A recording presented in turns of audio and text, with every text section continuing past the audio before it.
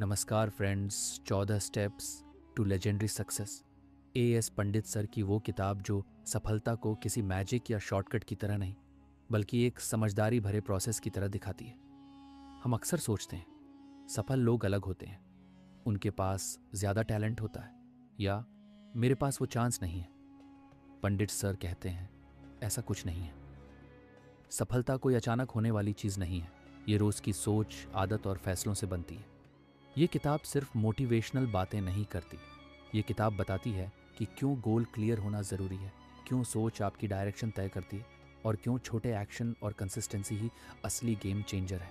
पंडित sir की भाषा सीधी और प्रैक्टिकल है, कोई भारी फिलॉसफी नहीं, कोई हवाई बातें नहीं, बस रियल लाइफ से जुड़े एग्जाम्पल्स और वो बातें जो आप रोज़ महसूस करते हैं लेकिन समझ नहीं पाते। अगर आप सोचते हैं कि सक्सेस बहुत दूर है या लाइफ कंट्रोल से बाहर लगती है, तो ये किताब आपको दिखाती है कि सही सोच, सही एक्शन और रोज़ की कंसिस्टेंसी से कोई भी इंसान अपनी ज़िंदगी बदल सकता है।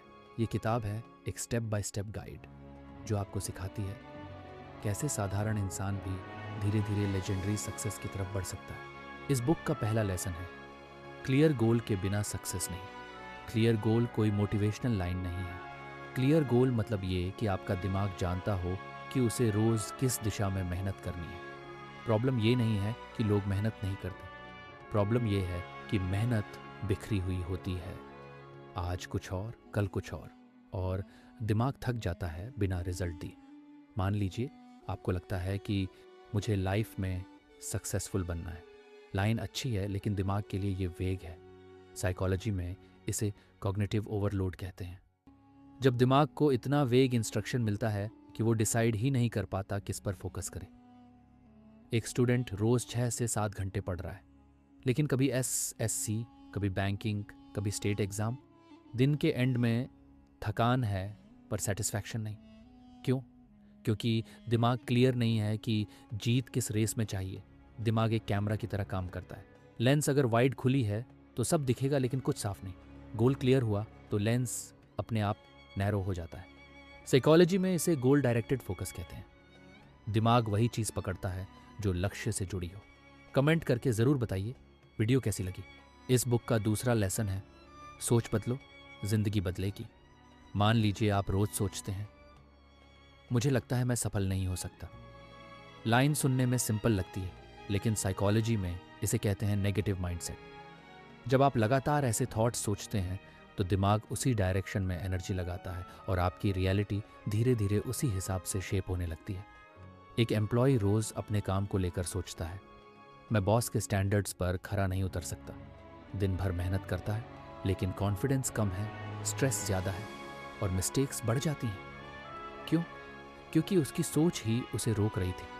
साइकोलॉजी में इसे सेल्फ फुलफिलिंग प्रोफेसी कहते हैं। जब आप मान लेते हो कि कुछ होगा तो आपका दिमाग और बिहेवियर उसी हिसाब से रिएक्ट करता है और वही सच होने लगता है। दिमाग एक लेंस की तरह काम करता है। अगर लेंस पर नेगेटिव फिल्टर लगे हैं तो दुनिया भी नेगेटिव दिखती है। अगर आप सोच बदलते हैं, जैसे कहो मैं सीख सकता हूँ और बेहतर बन सकता हूँ, लेंस अपने आप एडजस्ट हो जाता है। साइकोलॉजी में इसे कहते हैं ग्रोथ माइंडसेट। आपका दिमाग नए मौके और सॉल्यूशंस खोजने लगता है। अब फर्क वहाँ पड़ता है जहाँ आप कॉन्शियसली अपने थॉट्स को नोटिस करते हैं। जैसे ही कोई नेगेटिव थॉट आए, मैं ये नहीं कर पाऊंगा, आप उसे स्टॉप करके कह सकते हैं मैं कोशिश करूंगा और सीखूंगा। धीरे धीरे सोच बदलती है, एनर्जी पॉजिटिव कामों में लगती है, कॉन्फिडेंस बढ़ता है, प्रॉब्लम सॉल्विंग आसान हो जाता है, फोकस बढ़ता है और जिंदगी अपने आप स्मूदर लगने लगती है।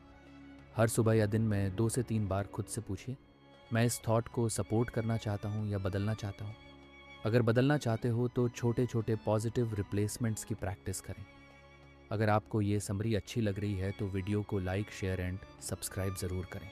इस बुक का तीसरा लेसन है एक्शन लेना सबसे ज़रूरी है।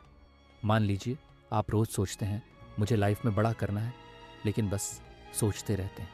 साइकोलॉजी में इसे कहते हैं इंटेंशन एक्शन गैप, यानी मन में आइडिया तो है लेकिन एक्शन नहीं हो रहा। जब एक्शन नहीं होता तो एनर्जी और मोटिवेशन धीरे धीरे फेड होने लगती है। एक स्टूडेंट रोज़ मॉर्निंग में सोचता है आज मैं 5 घंटे पढ़ाई करूंगा, पर सुबह अलार्म स्नूज करता है, सोशल मीडिया चेक करता है और दिन निकल जाता है। दिन के अंत में वह सोचता है मैंने कुछ नहीं किया और फ्रस्ट्रेशन बढ़ जाता है। साइकोलॉजी में इसे कहते हैं प्रोक्रेस्टिनेशन, काम टालने की आदत जो एनर्जी और फोकस को खत्म कर देती है। दिमाग एक्शन की ही तरफ बढ़ता है। अगर आपने स्टेप लिया, चाहे छोटा ही क्यों ना हो, तो एनर्जी और कॉन्फिडेंस अपने आप बढ़ने लगते हैं। जैसे एक राइटर रोज सिर्फ एक पेज लिखने का गोल रखे, पहला स्टेप पूरा हुआ, मोटिवेशन बढ़ा, धीरे धीरे 5 से 10 पेजेस लिखना आसान लगता है। साइकोलॉजी में इसे कहते हैं बिहेवियरल एक्टिवेशन। जब आप एक्शन शुरू करते हैं, दिमाग पॉजिटिव फीडबैक लूप में आता है। अब फर्क वहाँ पड़ता है जहाँ आप कॉन्शियस डिसीजन लेते हैं। जैसे ही कोई आइडिया आए, मैं ये करना चाहता हूँ, फिर खुद से पूछिए आज मैं इसका छोटा स्टेप क्या ले सकता हूँ। स्टेप लेना मतलब सिर्फ सोचना नहीं, छोटा प्रैक्टिकल काम करना। धीरे धीरे हैबिट बनती है, एनर्जी और फोकस बिल्ड होता है, कॉन्फिडेंस नेचुरल आता है और धीरे धीरे बड़े गोल्स अचीवेबल लगने लगते हैं। हर दिन खुद से पूछिए आज मैं अपने गोल के लिए एक छोटा कदम क्या उठाऊंगा, और बस स्टार्ट कर दीजिए। स्टेप बाय स्टेप चीज़ें अनफोल्ड होंगी। अगर आपको ये समरी अच्छी लग रही है तो वीडियो को लाइक, शेयर एंड सब्सक्राइब ज़रूर करें। इस बुक का चौथा लेसन है फेलियर से डरना नहीं, सीखना है। मान लीजिए आप सोचते हैं अगर मैं फेल हो गया तो सब खत्म हो जाएगा। साइकोलॉजी में इसे कहते हैं फियर ऑफ फेलियर। डर इतना बड़ा कि एक्शन लेने से रोकता है। जब डर ज़्यादा होता है तो लोग कोशिश ही कम कर देते हैं। एक एंटरप्रेन्योर नया बिजनेस शुरू करता है, पहला प्रोडक्ट लॉन्च करता है लेकिन बिक नहीं पाता। अगर वो डर के मारे हार मान ले तो सीखने का मौका गया। पर अगर वो देखे कि मैंने क्या गलती की, किस चीज़ को इम्प्रूव कर सकता हूँ, तो फेलियर भी एक टीचर बन जाता है। साइकोलॉजी में इसे कहते हैं ग्रोथ थ्रू फेलियर, यानी गलती से सीखना और आगे बढ़ना। दिमाग फेलियर को पनिशमेंट की तरह नहीं बल्कि फीडबैक की तरह देखे तो कॉन्फिडेंस और स्किल बढ़ने लगती है। जैसे एक स्टूडेंट मैथ में 50% मार्क्स लाता है, फेल नहीं हुआ लेकिन गलतियां देखता है, प्रैक्टिस करता है, अगले एग्जाम में 80% पा लेता है। अब फर्क वहाँ पड़ता है जहाँ आप रिएक्शन चूज करते हैं। जैसे ही कोई सेटबैक आए, खुद से पूछिए इससे मैं क्या सीख सकता हूँ। अगर जवाब ढूंढ लिया तो फियर धीरे धीरे घटता है और करेज बढ़ता है। हर फेलियर के बाद 3 सवाल खुद से पूछिए, मैंने क्या किया, क्या बेहतर कर सकता था, अगली बार डिफरेंटली क्या करूंगा। धीरे धीरे फियर कम होता है, एनर्जी और फोकस बढ़ता है, कॉन्फिडेंस नेचुरल आता है और अगली कोशिश ऑटोमेटिक स्ट्रॉन्गर बनाती है।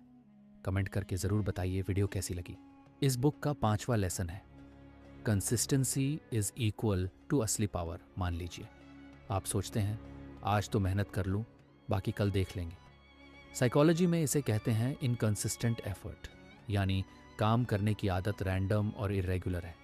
ऐसे में एनर्जी बिखरती है और प्रोग्रेस बहुत धीरे होती है।